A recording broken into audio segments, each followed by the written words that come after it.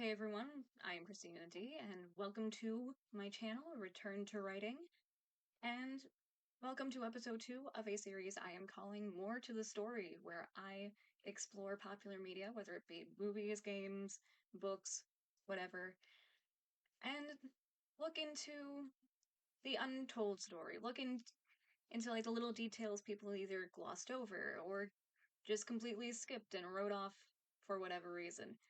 And today we are picking up where I left off in the previous video with my unintentional little thought I had about FNAF 1 and the animatronics not leaving the facility despite the fact that they had free roam mode. So, yeah, no, let's look a little deeper into that. Because I've got my Foxy pen, got my notebook, let's do this. Now, before I really get started, let me just make one thing clear. I am not going to be referencing the later games. I'm not going to be referencing the books. I'm not going to be referencing, like, the VR game. We are looking at FNAF 1 as a standalone entity. We are looking at it as a just completely separate thing. We are examining it how it was meant to be when it was initially released, just as its own thing. So, before you start talking about, like, Fazgoo or Afton or anything that was mentioned after the first game, I'm just saying it right now. We are looking at it purely as its own separate entity and separate story.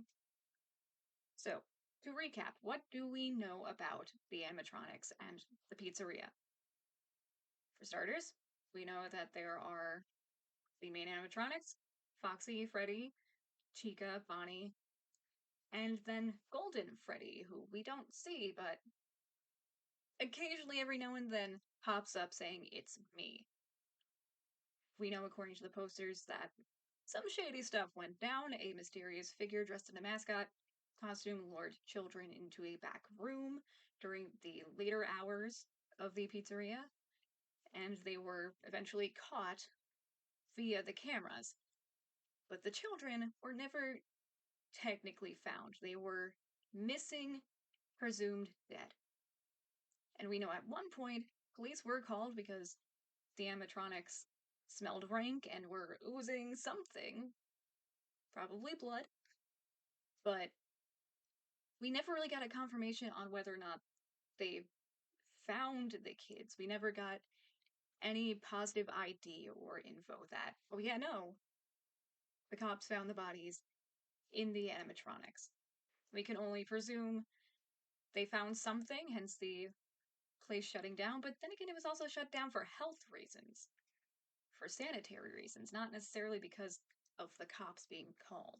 But we also know that the animatronics have a particular interest in the security office, and this clearly isn't just a one-off experience, given the fact that the little warning about any death or injury within the pizzeria doesn't fall on Fazbear Entertainment. And the way the phone guy says it describes the whole thing about other night workers and night guards being shoved into Freddy Fazbear suits, it sounds like a common occurrence. So that's all we've got so far. So, what exactly happened? Like, we know what happened to an extent, given the posters and everything, and thank you, Water Bottle, for snapping off camera. Special guest. We know these quirky animatronics have a free roam mode, which is partly what we are there to keep an eye on. We are there to make sure that the place is basically locked down, things are still working, and that we survived the night, basically. We are just watching and babysitting the pizzeria and the animatronics. But if that's the case, why aren't there cameras on an entrance or an exit? Because you would think they have free roam mode. Why don't they just leave? If they are truly haunted animatronics, why don't they just leave and try to find their parents if they truly are the spirits of the missing children? And this is where my theory comes into play. Now, while we don't know when exactly they were removed from free roam mode during the day, if it's connected to the missing children's incidents, because this is clearly something that wasn't just like a one-time incident. Just from the way it's described in the posters makes it sound like this is something that was happening over time. What I think is that if it truly is the spirit of children, they were waiting. They were either waiting for their parents, they were probably seeing parents and friends at the pizzeria, and they could have tried reaching out, but it was mistaken for like an attack or something. And corporate isn't gonna like that, so they probably took away free roam mode during the day, hence the reason they can only do that at night now.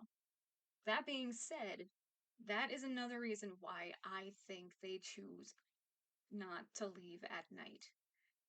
Because again, they are targeting the security office. They are targeting the security officers and the night guards. And I think it's because they are reaching out. They are trying to get our attention as the guard, as the security, basically. Because again, these are missing children. They were only presumed dead.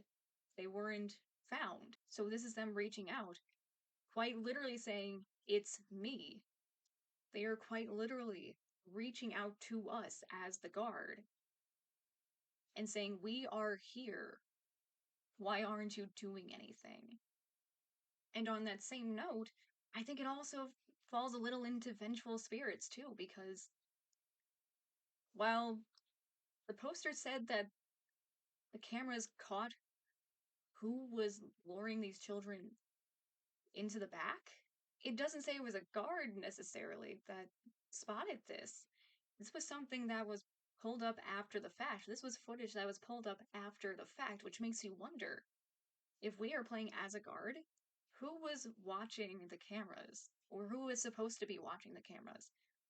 Because I don't think it was whoever was supposed to be on guard that night that was luring these kids away. I think either the guard wasn't paying attention, maybe they were taking care of something somewhere else, but clearly someone had to have been watching the cameras for the cameras to actually pick it up. If it was a guard, they would know the cameras. Like, I hate to say they would know the cameras and where they would be, and they would know how to avoid them, but they probably would. So I don't think that, if anything, the the suspect in the mascot costume and the guard from those nights were the same person. I do think these spirits, these animatronics, are vengeful as well. On top of reaching out saying we're here, they're also, in a sense, also saying, why didn't you do anything? Why didn't you help us? Because they're kids. They don't know it's not the same person.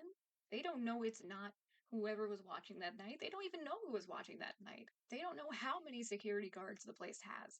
All they know is that someone had to have been watching. At least they could assume someone was watching, and assume security was there, and attacking because they didn't do anything. They could have saved them, but they didn't. So I think we are dealing with vengeful spirits who are desperate to get our attention, but also angry at just the fact that they weren't saved, that security could have done something, that the night guard could have done something, but they didn't. And that's why I think they don't want to leave. While they are reaching out for help, they are also angry. Writing off of that one, I think this has happened enough in that pizzeria to various workers that whoever's in charge of that location, whoever was in charge of that location, knew this was a common enough occurrence to not have to worry about the exits, to not have to worry about the animatronics getting out with free roam mode. Because they know they wouldn't leave. They know that they're not going anywhere. Granted, that sucks for every night worker at that facility in that pizzeria. But still, I think that is why it's not a concern in the game, because you would think it would be. And you would think most places would have a camera on an exit and or entrance.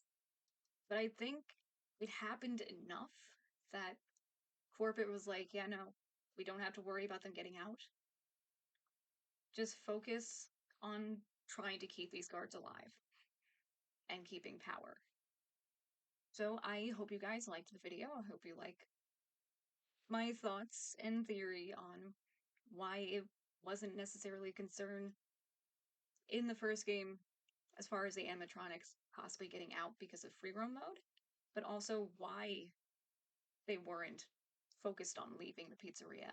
I hope you guys like the series so far. I know it's only 2 episodes in, and so far they've both been on FNAF, but I do plan on exploring more than just FNAF and more than just video games, hopefully. There are definitely some horror movies I would love to tackle at some point.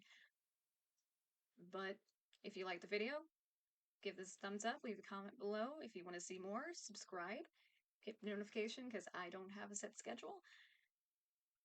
And tell me your thoughts. What do you think about this theory?